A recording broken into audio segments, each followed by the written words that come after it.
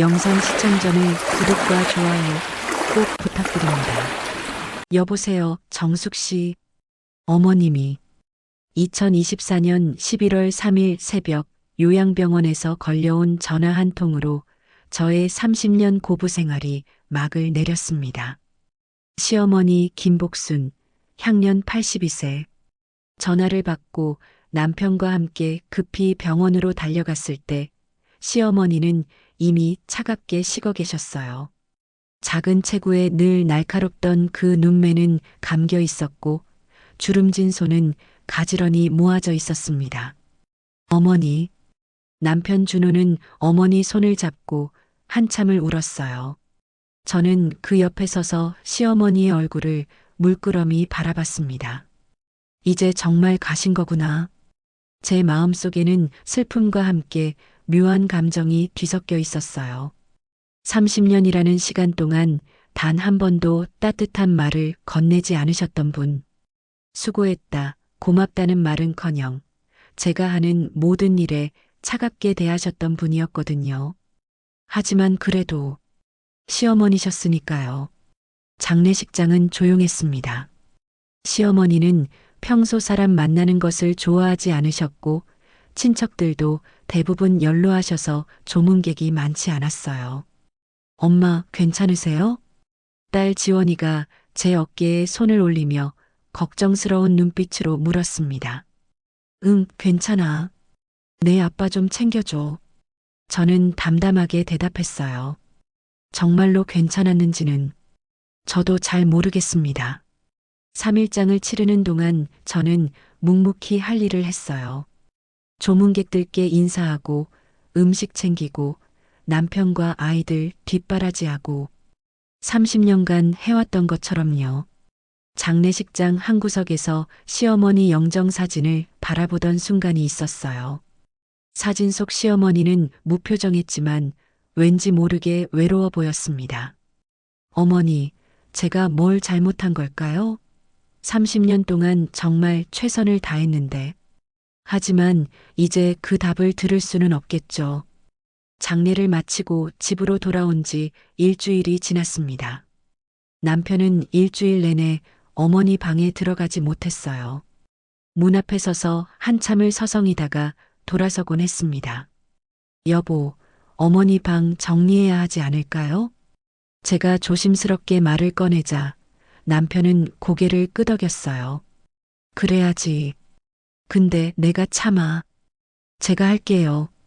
괜찮아요. 저는 이미 마음의 준비가 되어 있었습니다. 30년간 며느리로 살아오면서 이런 일도 제 몫이라는 걸 알았으니까요. 다음 날 오전 저는 시어머니 방문을 열었습니다. 삐걱. 오랫동안 닫혀있던 문에서 낡은 소리가 났어요. 방 안에는 시어머니의 흔적들이 그대로 남아 있었습니다. 침대 옆 탁자 위에 돋보기, 벽에 걸린 오래된 달력, 창가의 화분. 약 냄새가 코끝을 스쳤어요. 시어머니가 평생 드시던 혈압약 냄새였습니다. 저는 천천히 방 안으로 들어가 창문을 열었어요. 11월의 차가운 바람이 방 안으로 들어왔고 먼지가 햇살에 반짝이며 춤을 췄습니다. 어디서부터 시작해야 하나? 옷장부터 정리하기로 했어요. 시어머니는 평생 검소하게 사셨기에 옷이 많지 않았습니다. 낡은 한복 몇 벌, 평상복 몇 벌이 전부였어요. 옷을 하나하나 꺼내 정리하면서 문득 이런 생각이 들었습니다. 어머니는 평생 자신을 위해 새 옷 한 번 사본 적이 없으셨구나. 옷장 정리를 마치고 서랍장으로 옮겨갔어요. 첫 번째 서랍에는 시어머니의 소소한 물건들이 들어 있었습니다. 낡은 수첩, 안경, 손때 묻은 성경책. 두 번째 서랍을 열었을 때였어요. 서랍 깊숙한 곳, 낡은 손수건에 쌓여 있는 무언가가 보였습니다. 저는 조심스럽게 그것을 꺼냈어요. 붉은 표지의 두꺼운 노트. 아니, 일기장이었습니다. 그리고 그 옆에는 이게 뭐지? 작은 통장 한 권이 함께 있었어요. 낡고 오래된 30년은 좋게 된 것처럼 보이는 통장이었습니다. 손이 떨렸어요. 왠지 모르게 이것을 봐서는 안 될 것 같은 느낌이 들었지만 저는 통장을 펼쳤습니다. 그리고 그 순간 뭐라고? 통장 명의를 보고 저는 그 자리에 얼어붙었습니다. 예금주 박정숙. 제 이름이었어요. 분명 시어머니 방, 시어머니 서랍에서 나온 통장인데 명의는 제 이름? 더 놀라운 것은 그 다음이었습니다.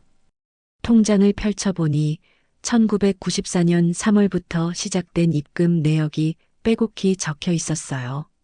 1994년 3월 15일 입금 5만 원. 1994년 4월 15일 입금 5만 원. 1994년 5월 15일 입금 5만 원. 매달 정확히 15일마다 입금된 5만 원. 1994년. 그건 제가 이 집에 시집 온 해였습니다. 페이지를 넘기자 입금액이 점점 늘어나 있었어요. 2004년 1월 15일 입금 10만 원. 2014년 1월 15일 입금 15만 원. 2024년 10월 15일 입금 20만 원. 마지막 입금일은 시어머니가 돌아가시기 불과 보름 전이었습니다. 이게 대체 통장 마지막 페이지에 적힌 잔액을 보고 저는 그만 주저앉고 말았어요. 잔액 4,375만 원. 4천만 원이 넘는 돈. 30년간 매달 빠짐없이 시어머니는 제 명의로 돈을 모아오셨던 겁니다. 왜 이런 걸 만들어 놓으신 걸까요? 왜 제게 말씀하지 않으셨을까요? 머릿속이 복잡해졌어요. 30년간 저를 그렇게 차갑게 대하시던 시어머니가 몰래 이런 통장을 만들어 두셨다니 손이 떨려서 통장을 제대로 잡을 수가 없었습니다. 그때였어요. 붉은 표지의 일기장이 눈에 들어왔습니다. 혹시 일기장에 뭔가 적혀 있는 건 아닐까? 저는 떨리는 손으로 일기장을 집어들었어요. 표지는 세월의 흔적으로 낡아 있었고 구석이 해져 있었습니다. 숨을 깊이 들이마시고 첫 페이지를 펼쳤습니다. 그리고 1994년 3월 5일. 오늘 둘째 며느리가 들어왔다. 정숙이라는 이름이다. 참 착해 보인다. 나는 이 아이에게 절대 짐이 되지 않아야 한다. 시어머니의 손글씨였습니다. 짐이 되지 않아야 한다는 건 무슨 의미일까요? 가슴이 두근거렸어요. 일기장을 더 읽어야 할 것 같았습니다. 30년간 몰랐던 시어머니의 진심이 이 안에 있을 것만 같았으니까요. 여보, 뭐 하고 있어? 남편의 목소리가 들려왔어요. 아무것도 아니야. 금방 나갈게. 저는 통장과 일기장을 가슴에 꼭 안았습니다. 어머니, 이게 대체 무슨 의미인가요? 하지만 대답은 없었습니다. 창밖으로 11월의 차가운 바람이 불어왔고 저는 시어머니의 방 한가운데서 한참을 그렇게 서 있었습니다. 그날 밤 저는 잠을 이룰 수가 없었습니다. 통장과 일기장을 제 방으로 가져와 이불 속에 숨겨두었어요. 남편에게 말해야 하나 고민했지만 아직은 혼자만 알고 싶었습니다. 옆에서 남편은 코를 골며 자고 있었어요. 어머니 장례 치르느라 지쳤나 봅니다. 저는 조심스럽게 침대에서 일어나 거실로 나왔습니다. 11월의 찬 공기가 거실을 가득 채우고 있었어요. 보일러를 틀지 않아서 발끝이 시렸지만 정신이 또렷해지는 기분이었습니다. 소파에 앉아 통장을 다시 펼쳐들었어요. 1994년 3월 15일 입금 5만 원. 1994년 3월. 30년 전 제가 이 집 며느리가 된 그 달이었습니다. 눈을 감자 그때 기억이 생생하게 떠올랐어요. 25살의 저는 하얀 웨딩드레스를 입고 이 집 대문을 처음 들어섰습니다. 준호 오빠. 아니, 남편과 손을 꼭 잡고요. 어서 오세요. 대문 앞에서 시어머니가 저를 맞아주셨어요. 그때 시어머니는 52살이셨는데 지금 생각해보면 참 젊으셨죠. 작은 체구에 파마를 한 단발머리, 검은색 한복을 단정하게 차려입으신 모습이었습니다. 하지만 시어머니의 얼굴에는 미소가 없었어요. 아니, 정확히는 입꼬리는 살짝 올라가 있었지만 눈은 웃지 않았습니다. 어머님, 인사드립니다. 저는 떨리는 목소리로 큰 절을 올렸어요. 그래, 들어와. 시어머니는 짧게 대답하시고는 돌아서셨습니다. 그때는 몰랐어요. 그 차가운 태도가 30년을 이어질 줄은. 결혼 첫날 밤, 저는 설레는 마음으로 시어머니가 알려주신 대로 아침상을 차렸습니다. 새벽 5시에 일어나 밥을 짓고 된장찌개를 끓이고 김치를 담고 계란말이를 부쳤어요. 손이 서툴러서 계란말이는 조금 탔지만 정성을 다했습니다. 어머님, 진지 드세요. 떨리는 목소리로 시어머니를 모시고 상을 드렸을 때 시어머니는 상을 한참 내려다보셨어요. 밥이 질었네. 네. 된장찌개 간이 싱거워. 그리고 계란말이는 왜 이렇게 탔어? 시어머니는 숟가락도 들지 않으신 채 일어나셨습니다. 배 안 고파. 치워. 그렇게 첫 아침상은 거절당했어요. 저는 그 상을 그대로 들고 부엌으로 돌아와서 몰래 울었습니다. 첫날부터 잘못했구나. 어떡하지? 하지만 그건 시작에 불과했어요. 명절 때마다 친척들이 모이면 시어머니는 늘 저를 다른 집 며느리들과 비교하셨습니다. 옆집 며느리는 전도 참 잘 부치던데 우리 집 며느리는 전이 왜 이렇게 두꺼워? 큰 집 며느리는 살림을 얼마나 야무지게 하는데 너는 돈 관리를 좀 배워야겠어. 아이고, 내가 음식을 하면 손님들이 뭘 먹겠니? 내가 다시 해야겠다. 저는 그때마다 죄송합니다만 되뇌었어요. 부엌에서 설거지를 하다가 화장실에 몰래 들어가서 이불을 뒤집어 쓰고 수없이 울었습니다. 하지만 남편 앞에서는 절대 울지 않았어요. 여보, 어머니한테 혼났어? 남편이 걱정스러운 얼굴로 물어보면 아니야, 괜찮아.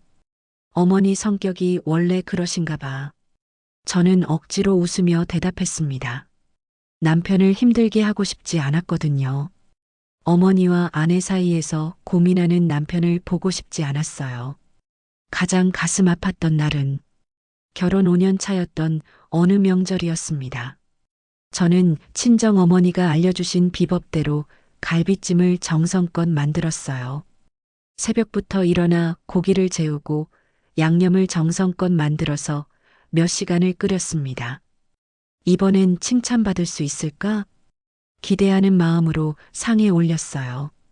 온 가족이 둘러앉아 식사를 시작했고 저는 조심스럽게 시어머니 반응을 살폈습니다. 시어머니는 갈비찜을 한 점 드시더니 이게 뭐야? 간장 맛만 나네. 그리고는 숟가락을 내려놓으셨어요. 내가 우리 집에 시집 와서 제대로 해놓은 게 뭐가 있어? 응? 뭘 해줬다고? 그 순간 제 눈앞이 캄캄해졌습니다. 5년 동안 정말 최선을 다했는데 새벽같이 일어나서 아침상 차리고 시어머니 병원 모시고 집안일하고 아이들 키우고 그런데 뭘 해줬냐고요? 저는 그 자리에서 일어나지도 못하고 고개만 푹 숙였어요. 죄송합니다, 어머님. 겨우 그 말만 할 수 있었습니다. 그날 밤 저는 화장실에 들어가서 수건을 입에 물고 소리내어 울었어요. 나는 정말 이 집에 필요 없는 사람인가? 인정받을 수 없는 걸까? 하지만 저는 포기하지 않았습니다. 아니, 포기할 수가 없었어요. 사랑하는 남편이 있었고, 아이들이 있었고, 이곳이 제 가족이었으니까요. 언젠가는 어머니도 제 마음을 알아주시겠지.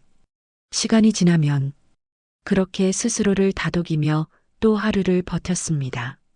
10년이 지나고 20년이 지나고 어느새 30년이 흘렀어요. 하지만 시어머니는 끝까지 저를 인정해주지 않으셨습니다. 작년 여름 시어머니가 요양병원에 입원하시던 날도 그랬어요. 어머님, 제가 자주 올게요. 필요한 거 있으면 언제든 말씀하세요. 제가 손을 잡고 말씀드렸을 때, 괜찮아. 네가 바쁜데 뭐하러 와. 준호만 가끔 오면 돼. 시어머니는 제 손을 빼시며 고개를 돌리셨어요. 그게 마지막이었습니다. 마지막까지도 저는 시어머니에게 인정받지 못했어요. 거실 소파에서 깊은 한숨이 나왔습니다. 30년 전 그날부터 지금까지의 기억들이 주마등처럼 스쳐 지나갔어요. 그런데 이 통장은 대체 뭘까요? 1994년 3월 15일 입금 5만 원. 제가 시집온 바로 그달부터 시작된 입금. 30년간 한 달도 빠짐없이 이어진 입금. 어머니가 정말 절 미워하셨다면 이런 통장을 만들어 두실 리가 없잖아. 머리가 복잡했어요. 저는 떨리는 손으로 붉은 표지의 일기장을 집어들었습니다. 일기장은 무거웠어요. 30년의 세월이 담긴 무게였을까요? 어머니, 이 안에 답이 있는 건가요? 숨을 깊이 들이마시고 첫 페이지를 펼쳤습니다. 1994년 3월 5일. 시어머니의 손글씨가 빼곡히 적혀 있었어요. 오늘 둘째 며느리가 들어왔다. 정숙이라는 이름이다. 참 착해 보인다. 나는 이 아이에게 절대 짐이 되지 않아야 한다. 짐? 저는 그 문장을 몇 번이고 다시 읽었습니다. 짐이 되지 않아야 한다는 건 무슨 의미일까요? 어머니는 저를 착하다고 생각하셨던 건가요? 그런데 왜 저한테는 그렇게 차갑게 대하셨던 걸까요? 다음 페이지를 넘기려는 순간이었어요. 여보, 거기서 뭐해? 남편의 목소리가 들려왔습니다. 잠깐 물 마시러 나왔어. 금방 들어갈게. 저는 황급히 일기장을 소파 쿠션 밑에 숨겼어요. 남편은 잠이 덜 깬 얼굴로 현관문이 잠겼는지 확인하고는 다시 방으로 들어갔습니다. 심장이 두근거렸어요. 일기장을 더 읽고 싶었지만 지금은 참아야 했습니다. 저는 일기장을 소파 쿠션 사이에 잘 숨겨두고 방으로 들어왔어요. 이불을 덮고 누웠지만 잠이 올 리 없었습니다. 짐이 되지 않아야 한다. 그 한 문장이 계속 머릿속을 맴돌았어요. 30년간 제가 알던 시어머니와는 너무나 다른 문장이었습니다. 도대체 무슨 일이 있었던 걸까요, 어머니? 창밖으로 동이 트기 시작했어요. 저는 천장을 바라보며 결심했습니다. 일기장을 끝까지 읽어야겠어. 어머니의 진심을 알아야겠어. 그리고 어쩌면 30년간 제가 오해하고 있었던 건 아닐까? 그런 생각이 들었습니다. 다음 날 오후 저는 핑계를 대고 집을 나섰습니다. 여보, 마트 좀 다녀올게. 응, 조심해서 다녀와. 남편은 TV를 보며 대수롭지 않게 대답했어요. 하지만 저는 마트로 가지 않았습니다. 근처 카페로 향했어요. 가방 속에는 시어머니의 일기장이 들어 있었습니다. 카페 구석자리에 앉아 따뜻한 차를 시켰어요. 손이 차가웠거든요. 긴장해서인지 날씨가 추워서인지 모르겠습니다. 이제 제대로 읽어보자. 저는 떨리는 손으로 일기장을 꺼내 첫 페이지부터 천천히 읽기 시작했습니다. 1994년 3월 5일. 오늘 둘째 며느리가 들어왔다. 정숙이라는 이름이다. 참 착해 보인다. 순한 눈매에 말씀도 조곤조곤하다. 나는 이 아이에게 절대 짐이 되지 않아야 한다. 1994년 3월 8일. 정숙이가 아침상을 차렸다. 서툴지만 정성이 보인다. 밥이 조금 질었고 찌개간이 싱거웠지만 예전 은주가 생각났다. 은주도 처음에는 저랬지. 나는 차갑게 대했다. 정수기가 상처받은 표정이었다. 미안하지만 일해야 한다. 은주? 그 이름을 보는 순간 뭔가 기억이 스쳤습니다. 은주. 남편의 형수 이름이었어요. 제가 이 집에 시집 오기 전에 이혼해서 떠났다고만 들었던 큰형님 부인. 저는 단 한 번도 만난 적이 없었습니다. 은주라는 분이 뭔가 관련이 있는 건가? 가슴이 두근거리며 다음 페이지를 넘겼습니다.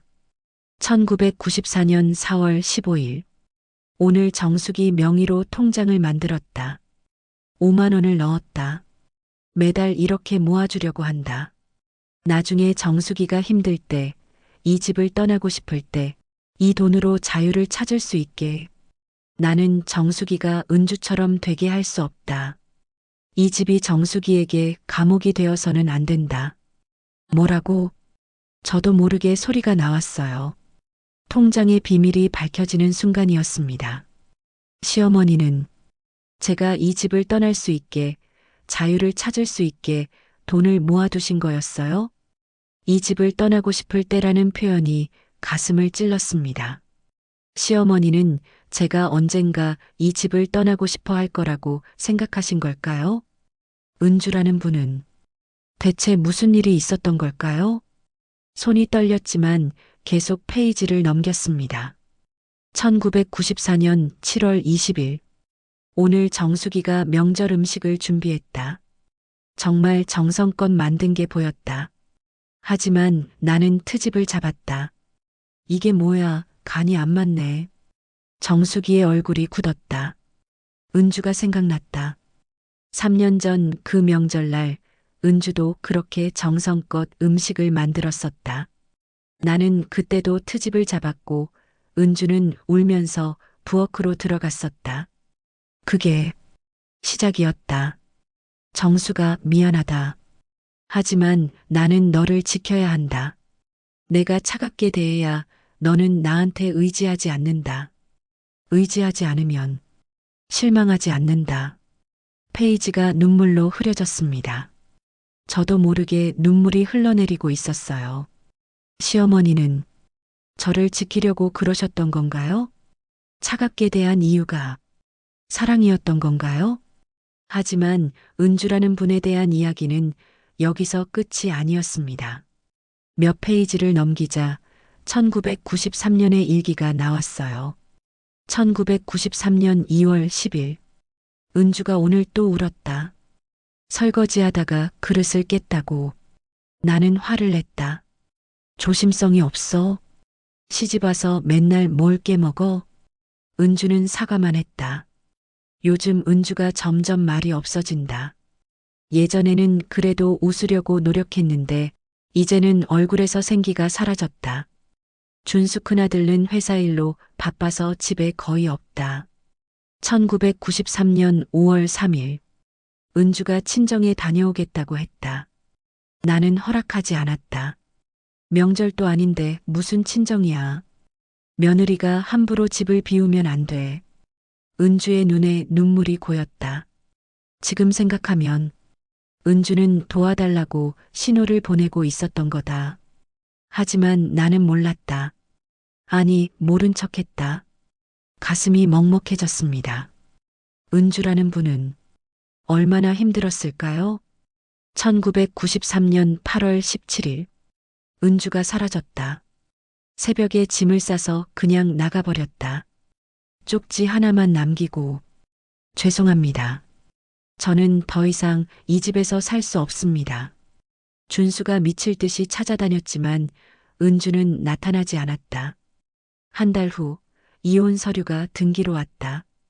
은주는 친정에도 돌아가지 않았다고 한다. 어디로 간 건지 아무도 모른다. 모두 내 잘못이다.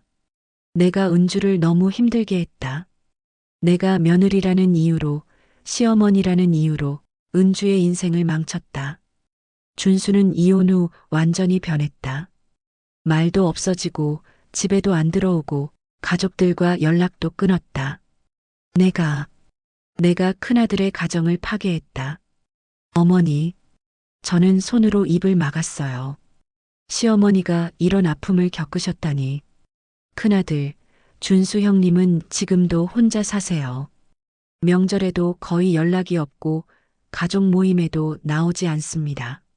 저는 그냥 원래 성격이 그러신 줄만 알았는데 이런 사연이 있었던 거였군요. 1993년 12월 31일. 새해가 다가온다. 준수는 설날에도 오지 않겠다고 했다. 은주 생각이 난다고. 내 가슴이 찢어진다. 만약 둘째 준우가 결혼한다면 나는 절대 똑같은 실수를 반복하지 않을 것이다. 며느리에게 의지하지 않을 것이다.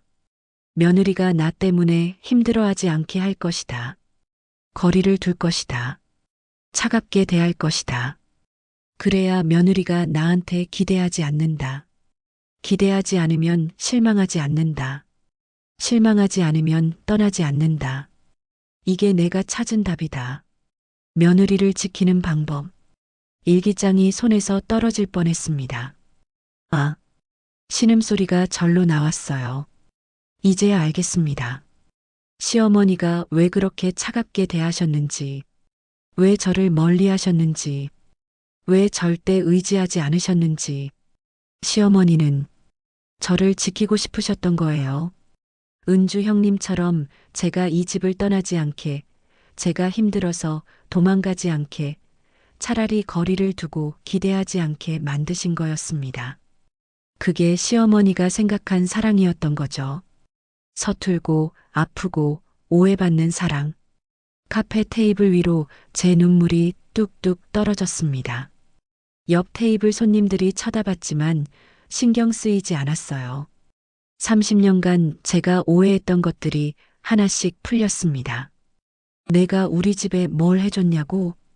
그 말은 제가 아무것도 안 해서가 아니라 제가 너무 많이 해서 미안해하신 말씀이었을지도 몰라요. 괜찮아. 네가 바쁜데 뭐하러 와. 그 말은 저를 싫어해서가 아니라 제게 짐이 되고 싶지 않아서 하신 말씀이었을 거예요. 준호만 가끔 오면 돼. 그 말은 저를 멀리하려는 게 아니라 제가 편하게 살기를 바라는 마음이었을 거예요. 어머니, 어머니, 저는 일기장을 가슴에 꼭 안았습니다. 왜 말씀 안 하셨어요? 왜 진심을 숨기셨어요? 하지만 알 것 같았어요. 시어머니는 당신의 방식으로 서툴게나마 저를 사랑하신 거였죠. 그리고 그 사랑은 30년간 통장에 모아진 4천만 원이라는 증거로 남아 있었습니다. 집으로 돌아오는 길, 저는 시어머니 산소에 들렀습니다. 무덤 앞에 앉아 한참을 말없이 있었어요. 어머니, 이제야 알았어요. 어머니 마음을. 바람이 불어왔습니다. 마치 시어머니가 대답하시는 것 같았어요. 알아줘서 고맙구나, 정수가. 어머니, 정말 감사해요. 저를 지켜주셔서. 그날 저는 무덤 앞에서 한참을 울었습니다. 30년 만에 처음으로 시어머니께 진심으로 감사하는 마음이 들었어요. 집에 도착했을 때 남편이 현관에서 저를 기다리고 있었습니다. 여보, 마트는 안 갔어? 장바구니가 비었네? 여보, 저는 남편을 꼭 안았어요. 갑자기 왜 그래? 우리 어머니가 정말 좋은 분이셨어. 응, 그래. 남편도 저를 안아주었습니다. 그날 밤 저는 남편에게 모든 것을 이야기했어요. 통장 이야기, 일기장 이야기, 은주 형님 이야기. 남편은 처음 듣는다는 표정으로 놀랐고 그리고 울었습니다. 형수님이 그런 일로 떠나신 거였구나. 어머니가 그렇게 괴로워하셨는지 몰랐어. 어머니는 나를 지키려고 일부러 차갑게 대하신 거였어. 여보, 미안해. 30년 동안 힘들었지? 아니야. 이제 알았으니까 괜찮아. 오히려 감사해. 우리는 그날 밤 거실에서 시어머니 이야기를 많이 했어요. 그리고 결심했습니다. 시어머니의 진심을 아이들에게도 알려주자고. 시어머니가 얼마나 저를 사랑하셨는지, 얼마나 우리 가족을 생각하셨는지 이제는 모두가 알아야 했습니다. 그날 저녁 저는 가족들을 거실에 모았습니다. 여보, 지원아, 민준아, 잠깐 다들 모여봐. 왜요, 엄마? 무슨 일이에요? 딸 지원이 방에서 나오며 물었어요. 중요한 얘기가 있어. 할머니에 관한 이야기야. 그 말에 가족들의 표정이 진지해졌습니다. 남편 준호 씨는 소파에 앉았고 지원이와 민준이도 양옆에 자리를 잡았어요. 저는 그들 앞에 서서 가방에서 통장과 일기장을 꺼냈습니다. 이게 뭐예요? 민준이가 조심스럽게 물었어요. 할머니가 남기신 거야. 어머니 방 정리하다가 찾았어. 저는 먼저 통장을 식탁 위에 펼쳐 놓았습니다. 이 통장, 명의가 누군지 볼래? 준호 씨가 통장을 집어들더니 눈이 커졌어요. 여보, 이거 당신 이름이잖아? 응. 그리고 입금 날짜 좀 봐. 1994년 3월 15일. 이건 내가 이 집에 시집 온 달이야. 거실에 정적이 흘렀습니다. 지원이가 통장을 받아들고 페이지를 넘기기 시작했어요. 헐, 30년간 매달 빠짐없이 입금되어 있네. 금액도 점점 늘어나고 잔액이 4천만 원이 넘어요? 할머니가 엄마 명의로 이렇게 돈을 모으신 거예요? 민준이도 놀란 표정이었습니다. 준호가 고개를 들어 저를 바라봤어요. 여보, 이게 대체 무슨 의미야? 어머니가 왜? 그 이유가 여기 있어. 저는 붉은 일기장을 들어 올렸습니다. 할머니 일기장이에요? 지원이가 눈을 크게 떴어요. 응, 30년 동안 쓰신 일기야. 내가 이걸 읽었어. 저는 천천히 일기장을 펼쳤습니다.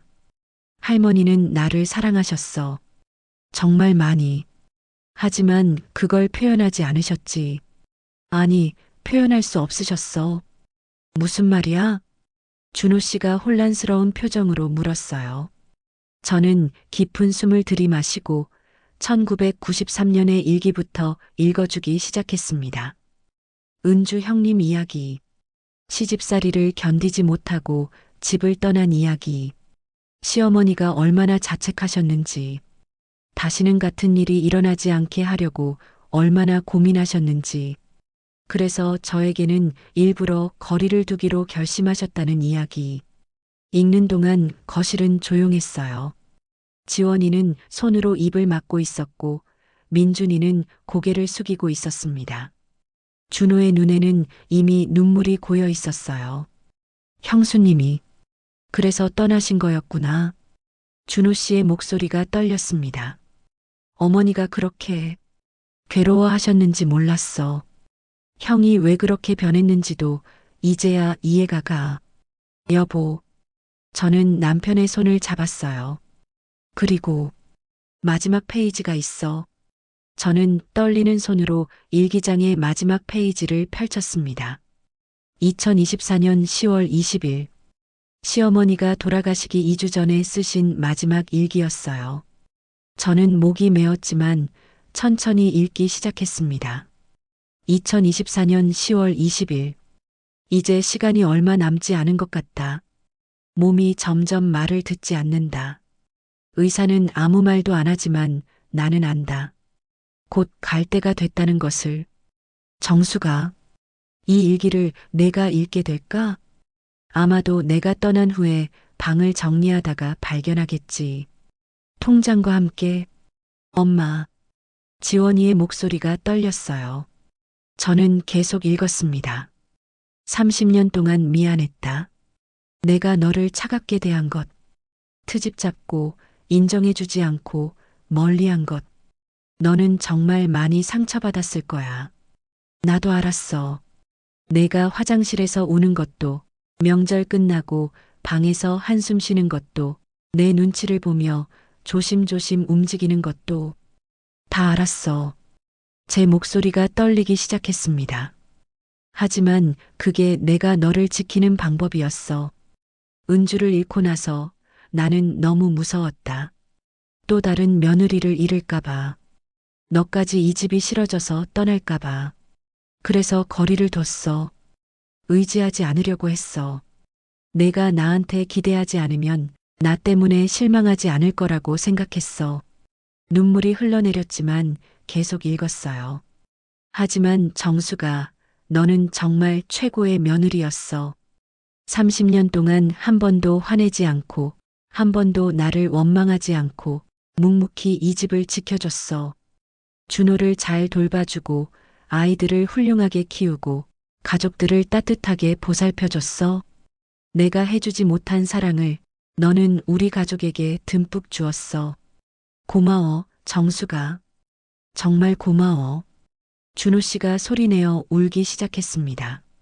어머니, 통장은 너를 위한 거야. 혹시 이 집이 힘들면 떠날 수 있게, 찾을 수 있게. 하지만 내가 끝까지 남아준 것을 보니 이 돈은 이제 내 몫이야. 너를 위해 쓰렴. 평생 가족만 돌보느라 자신을 돌보지 못했잖아. 이제는 내 행복을 위해 써. 지원이가 흐느끼기 시작했어요. 할머니, 지원아, 민준아. 할머니가 너희 엄마한테 차갑게 대한 거 혹시 너희도 봤니? 할머니를 나쁜 사람이라고 생각했니? 미안하구나. 할머니는 너희 엄마를 정말 사랑했단다. 다만 표현이 서툴렀을 뿐이야.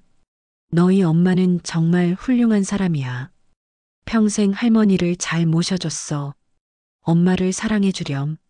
민준이도 고개를 숙인 채 어깨가 떨리고 있었습니다. 준호야, 미안하다 아들. 형 때문에 너도 힘들었지? 엄마가 형수를 잃고 형까지 잃은 것 같아서 너무 힘들었어. 그래서 너의 가정만큼은 지키고 싶었어. 정수기를 지키고 싶었어. 서툰 방법이었지만 그게 내가 할 수 있는 전부였어. 준호 씨는 두 손으로 얼굴을 가리고 울고 있었어요. 정수가 마지막으로 한마디만 더. 미안하다. 그리고 고맙다. 30년간 우리 준호를 지켜줘서, 우리 가족을 지켜줘서 내가 최고의 며느리였어. 아니, 최고의 딸이었어.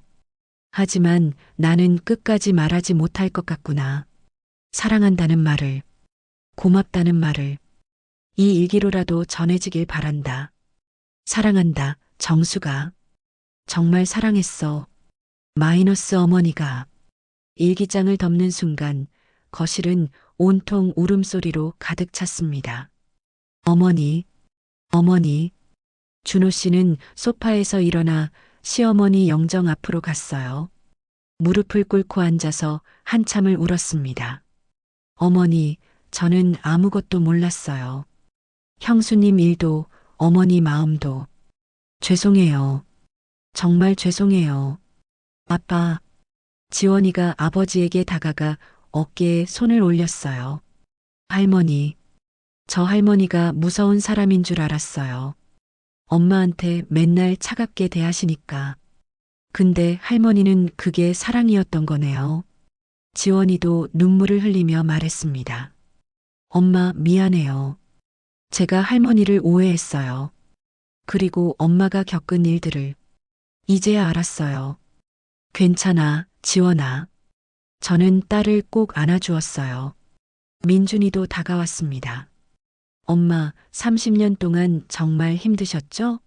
할머니한테 인정받지 못하는데도 묵묵히 견디시고. 아니야, 민준아. 이제 알았잖아. 할머니는 엄마를 사랑하셨어. 다만 표현이 서툴렀을 뿐이야. 우리 가족은 그날 밤 거실에서 오랫동안 함께 울었습니다. 시어머니 영정 앞에서 30년의 오해가 풀리는 눈물을 흘렸어요. 한참 후 준호 씨가 고개를 들었습니다. 여보, 형한테 연락해야 할 것 같아. 준수 형님요? 응. 형도 알아야 해. 어머니가 얼마나 괴로워하셨는지, 형수님 일로 얼마나 자책하셨는지. 하지만 형님이 연락 받으실까요? 모르겠어. 하지만 시도는 해봐야지. 형도 어머니 진심을 알 권리가 있어. 준호 씨는 떨리는 손으로 형에게 전화를 걸었어요. 한참을 기다린 후 전화가 연결됐습니다. 형, 나 준호야. 전화 너머로 형님의 목소리가 들렸어요. 무슨 일이야? 형, 어머니 일기를 찾았어. 형수님에 관한 내용이 있어. 전화 너머가 조용해졌습니다. 형, 어머니가 평생 형수님 일로 괴로워하셨어. 형한테도 미안해 하셨고, 형도 한번 읽어봐야 할 것 같아. 그래. 한참의 침묵 후 형님이 대답했어요. 내일 갈게. 전화가 끊겼습니다. 준호는 전화기를 내려놓고 저를 바라봤어요. 형이 내일 온대. 정말요? 응. 몇 년 만에 처음이야. 형이 집에 온다는 게. 준호 씨의 눈에 또다시 눈물이 고였어요. 어머니가 우리 가족을 다시 모아주시는 것 같아. 저도 고개를 끄덕였습니다. 시어머니는 돌아가신 후에도 이렇게 우리 가족을 하나로 만들어주고 계셨어요. 그날 밤 저는 시어머니 영정 앞에 앉아 오랫동안 이야기를 나눴습니다. 어머니, 이제야 알았어요. 어머니 마음을. 영정 속 시어머니는 여전히 무표정했지만 이제는 그 표정이 차갑게 느껴지지 않았어요. 오히려 서툴지만 따뜻한 미소처럼 보였습니다. 고마워요, 어머니. 30년 동안 저를 지켜주셔서, 사랑해주셔서. 창밖으로 달빛이 들어왔어요. 영정 위에 놓인 꽃이 달빛을 받아 은은하게 빛났습니다. 그리고 그 순간 저는 확신했어요. 시어머니도 지금 어딘가에서 웃고 계실 거라고. 정수가 이제야 알았구나. 고맙구나. 그렇게 말씀하고 계실 거라고. 저는 영정 앞에서 깊이 절을 올렸습니다. 30년 만에 처음으로 진심으로 드리는 감사의 절이었어요. 사랑합니다, 어머니. 다음 날 오후 초인종이 울렸습니다. 아주버님. 문을 열자 큰아주버님이 서 계셨어요. 몇 년 만에 보는 아주버님은 많이 늙으셨더군요. 희끗희끗한 머리, 깊게 파인 주름, 그리고 지친 눈빛. 들어오세요, 아주버님. 제가 인사를 드리자 아주버님은 어색하게 고개를 끄덕이셨어요. 거실로 안내했습니다. 준호 씨가 소파에서 일어났어요. 형? 응. 두 형제는 잠시 서로를 바라보다가 준호 씨가 먼저 다가가 형을 껴안았습니다. 형, 오랜만이야. 그래. 아주버님의 목소리가 떨렸어요. 저는 아주버님께 따뜻한 차를 대접하고 일기장을 건넸습니다. 아주버님, 어머님이 쓰신 일기예요. 천천히 읽어보세요. 아주버님은 일기장을 받아들고 한참을 들여다보셨어요. 표지만 보시는데도 손이 떨리고 계셨습니다. 어머니 손글씨네. 네. 1993년부터 시작돼요. 형님 일이.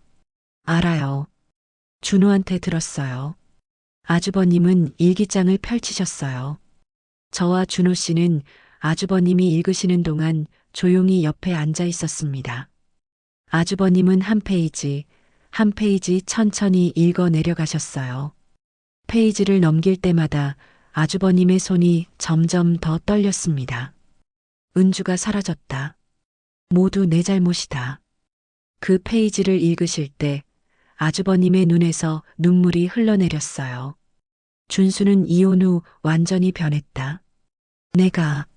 내가 큰아들의 가정을 파괴했다. 어머니, 아주버님의 목소리가 떨렸습니다. 만약 둘째 준호가 결혼한다면 나는 절대 똑같은 실수를 반복하지 않을 것이다. 아주버님은 일기장을 읽다가 멈추시고 고개를 들어 저를 바라보셨어요. 재수 씨, 그래서 어머니가 당신한테. 네, 아주버님. 어머니는 제게 일부러 차갑게 대하신 거였어요. 형님 일 때문에. 저도 똑같이 힘들어할까봐. 아주버님은 고개를 떨구셨습니다. 미안해. 내 때문에 어머니가 그렇게 고생하셨네. 아주버님 잘못 아니에요. 준호 씨가 형의 어깨에 손을 올렸어요.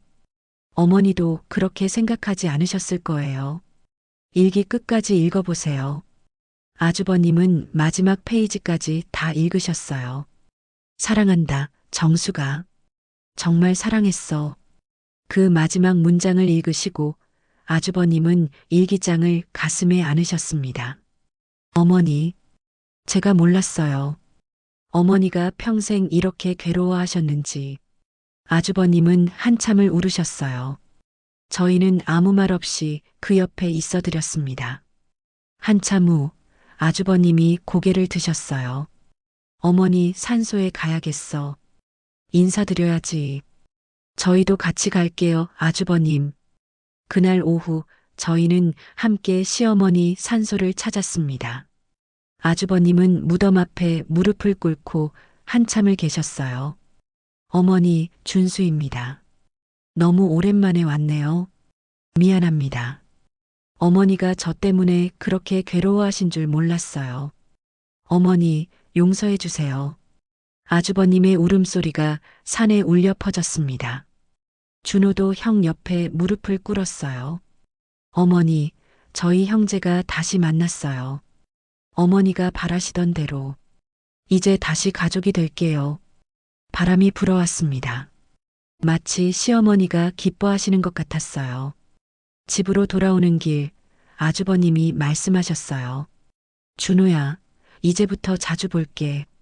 조카들도 보고 싶고, 가족이랑 다시 지내고 싶어. 형, 정말요? 응. 어머니가 이렇게까지 해서 우리를 다시 모아주셨는데, 내가 또 혼자 있을 수는 없잖아. 준호 씨가 형을 꼭 껴안았어요. 고마워, 형. 정말 고마워. 저도 눈물이 났습니다. 시어머니가 돌아가신 후에도 가족을 하나로 만들어주시다니. 그날 저녁 온 가족이 모였습니다. 아주버님도 함께요. 여러분, 제안이 하나 있어요. 제가 입을 열었습니다. 어머니가 남겨주신 통장의 돈으로 가족여행을 가는 게 어떨까요? 여행이요? 지원이가 눈을 반짝였어요. 응.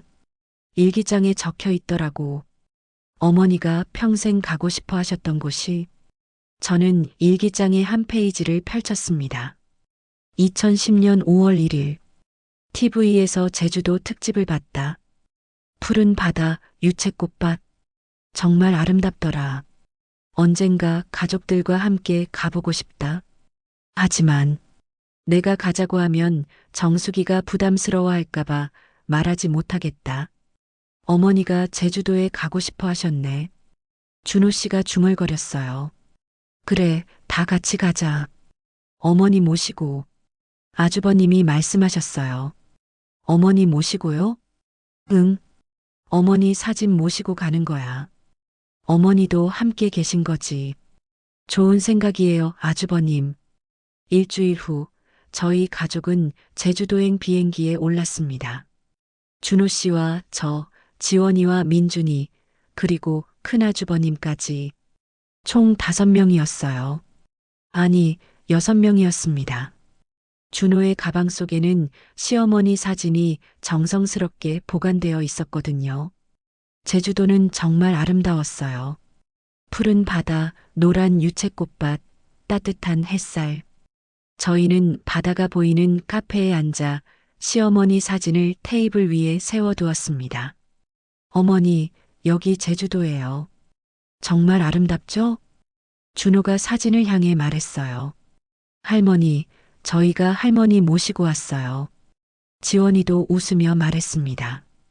우리는 그렇게 시어머니와 함께 제주도를 여행했어요.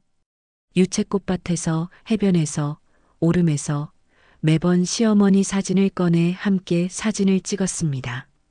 어머니, 평생 보고 싶어 하셨던 제주도인데 이렇게라도 함께 오게 돼서 다행이에요. 저는 사진을 보며 속삭였어요. 여행 마지막 날 저녁, 우리는 바다가 보이는 레스토랑에서 식사를 했습니다. 건배합시다. 어머니를 위해, 그리고 우리 가족을 위해. 아주버님이 잔을 들었어요. 어머니 덕분에 우리가 다시 하나가 됐어요. 건배. 우리는 모두 잔을 부딪혔습니다. 식사 후 준호 씨가 진지한 표정으로 말했어요. 여보, 그리고 형, 지원아, 민준아. 내가 결심한 게 있어. 뭔데요, 아빠? 집에 돌아가면 어머니 사진을 거실에 모시려고 작은 재단 같은 걸 만들어서. 좋은 생각이야, 준호야. 아주버님이 고개를 끄덕이셨어요. 저도 찬성해요. 제가 말했습니다. 그리고 이 일기장은 우리 가족의 보물로 남기자. 다음 세대에게도 전해주고. 네, 좋아요. 지원이가 대답했어요. 엄마, 저 나중에 결혼하면 엄마처럼 시어머니를 이해하려고 노력할게요. 할머니 일기 읽고 많이 배웠어요. 지원아, 저는 딸을 꼭 안아주었어요. 내가 그렇게 말해줘서 고마워. 할머니도 기뻐하실 거야. 서울로 돌아온 다음 날 우리는 거실을 정리했습니다. TV 옆 벽면에 작은 선반을 달고 시어머니 사진을 정성스럽게 모셨어요. 꽃병에는 하얀 국화를 꽂았고 옆에는 시어머니가 좋아하시던 차 한 잔을 올려두었습니다. 그리고 붉은 일기장을 그 옆에 나란히 놓았어요. 어머니, 이제 여기 계세요. 거실에서 저희와 함께요. 저는 사진 앞에서 절을 올렸습니다. 가족들도 하나씩 절을 올렸어요. 어머니, 사랑해요. 할머니, 보고 싶어요. 어머니, 이제 자주 올게요. 아주버님도 절을 올리시며 말씀하셨어요. 그날 저녁 저는 시어머니 사진 앞에 앉아 차를 마셨습니다. 어머니, 이제 저도 이 집의 진짜 어머니가 된 것 같아요. 사진 속 시어머니는 여전히 무표정이었지만 이제는 따뜻하게 미소 짓는 것처럼 보였어요. 30년이 걸렸지만 이제야 어머니 마음을 알았어요. 고마워요, 어머니. 저를 지켜주셔서, 사랑해주셔서. 창밖으로 석양이 지고 있었습니다. 따뜻한 주황빛이 거실을 가득 채웠어요. 시어머니 사진 위로도 그 빛이 비쳤습니다. 마치 시어머니가 편안하게 웃고 계신 것 같았어요. 준호 씨가 제 옆에 앉았습니다. 여보, 고마워. 뭐가요? 30년 동안 어머니를 모시고 우리 가족을 지켜줘서. 당신이 있어서 우리 가족이 행복해. 저야말로 고마워요. 이렇게 좋은 가족을 만나게 해줘서. 우리는 시어머니 사진을 바라보며 함께 앉아 있었어요. 며칠 후 아주버님이 다시 우리 집을 방문하셨습니다. 준호야, 재수 씨. 내가 결정한 게 있어. 뭔데요, 형? 나 다시 시작해 보려고. 새로운 사람 만나서. 아주버님, 정말이요? 제가 놀라서 물었어요. 네. 어머니 일기 읽고 생각했어. 어머니가 바라신 건 내가 불행하게 사는 게 아니라 다시 행복해지는 거였을 거야. 은주도 내가 행복하기를 바랄 거고. 준호 씨가 형을 껴안았어요. 형, 정말 잘 생각했어. 어머니도 기뻐하실 거야. 응. 이제 진짜 다시 시작해야지. 아주버님의 얼굴에 오랜만에 밝은 미소가 보였습니다. 그날 밤 저는 일기장 마지막 페이지를 다시 읽었어요. 사랑한다, 정수가. 정말 사랑했어. 저는 펜을 들어 그 아래에 조심스럽게 한 줄을 적었습니다. 저도 사랑해요, 어머니. 정말 감사했어요. 덕분에 진짜 가족의 의미를 알았어요. 이제 제가 어머니가 하셨던 것처럼 이 가족을 사랑으로 지킬게요. 며느리 정숙 올림. 일기장을 덮고 저는 거실로 나갔습니다. 시어머니 사진 앞에 차를 한 잔 더 올려두었어요. 어머니, 잘 자세요. 저희가 여기 있어요. 영원히 함께 있을게요. 사진 속 시어머니는 고요히 미소 짓고 계셨습니다. 그리고 저는 확신했어요. 시어머니도 지금 어딘가에서 편안하게 웃고 계실 거라고. 고맙다, 정수가. 우리 가족을 부탁한다. 그렇게 말씀하고 계실 거라고. 몇 달 후, 지원이가 남자친구를 데리고 왔습니다. 엄마, 인사드려요. 제 남자친구예요. 어머님, 안녕하세요. 저는 반갑게 그를 맞았어요. 저녁 식사 후 지원이가 제 손을 잡았습니다. 엄마, 저 결혼 생각하고 있어요. 정말? 네. 근데 엄마, 제가 시어머니 잘 모실 수 있을까요? 엄마처럼.